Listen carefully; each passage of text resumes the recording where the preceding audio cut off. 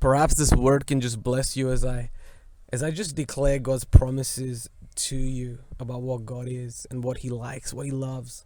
So whoever hears this, just God bless you as you hear this. I wanted to read from Genesis chapter 16. It's a story of Ishmael being born to Sarah and Abraham through the servant Hagar. The first point about Ishmael is that his birth is all about self-will. Ishmael represents Sarah's self-will. God's way did not work.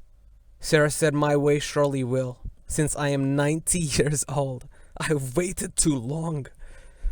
Genesis chapter 16 verse 2, "The Lord has kept me from having children." This is Sarah talking to Abraham. The Lord has kept me. It's God's fault. He has kept me from having children. She tells Abraham to go sleep with her slave. And she says, "Perhaps I can build a family through Hagar, my servant." Sarah was tired. 90 years old. She was tired of waiting. She decided to settle with the ungodly plan. She knew God's plan for blessing her, but decided on her own method. She tried to help God. But the reality is, if it's God's plan for blessing you, it's also got to be God's method of bringing forth the blessing. And God's method was simple and to the point. It had to be Abraham's seed and it had to be Sarah's womb. No other method will be acceptable to God. No other womb, no other seed. Ishmael represents self-will. Ishmael is born also out of this couple's absolute desperation. Whenever our blessing, the one that we desire, becomes the idol, our steps are actually led by the flesh.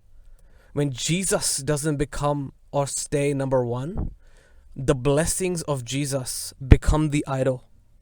And our flesh and our heart is drawn to the familiar things and the counterfeit.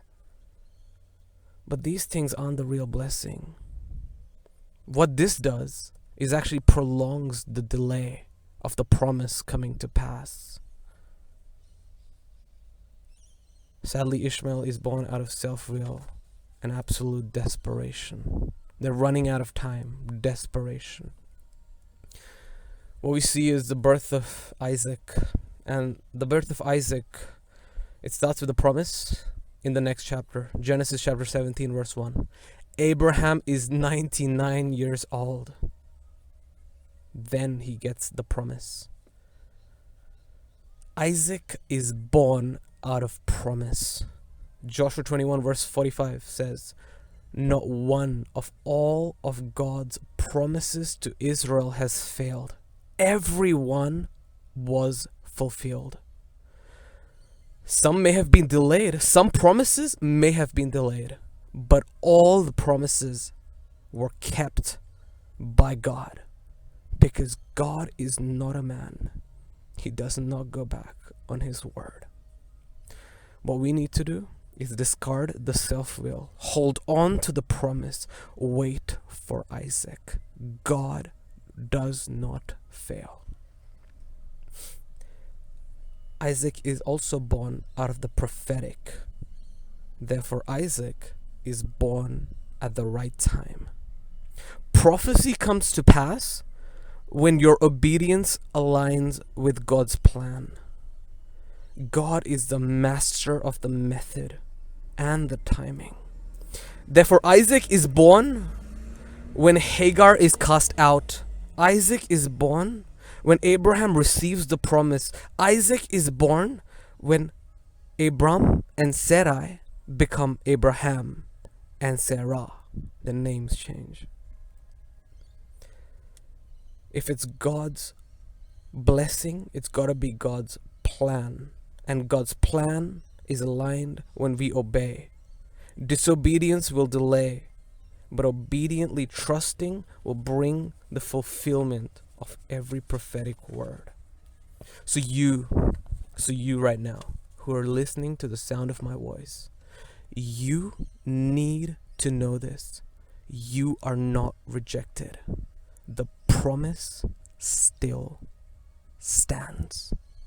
The prophetic words are working behind the scenes, aligning method and plan with circumstance. God does not think of you any less than he first met you. His faithfulness has not reduced. Don't let your faith reduce. If his faithfulness has not reduced towards you, don't let your faith reduce towards him. He who started the good work in you will surely bring it forth into completion. He who brought you out of Egypt will take you out of this captivity and wilderness and lead you to the promised land of a land flowing with milk and honey, promise and opportunity, blessing and favor. I declare this upon your life, that you will wait, that you will trust, that you will obey, and you will cast away anything that needs to go. God bless you. Amen.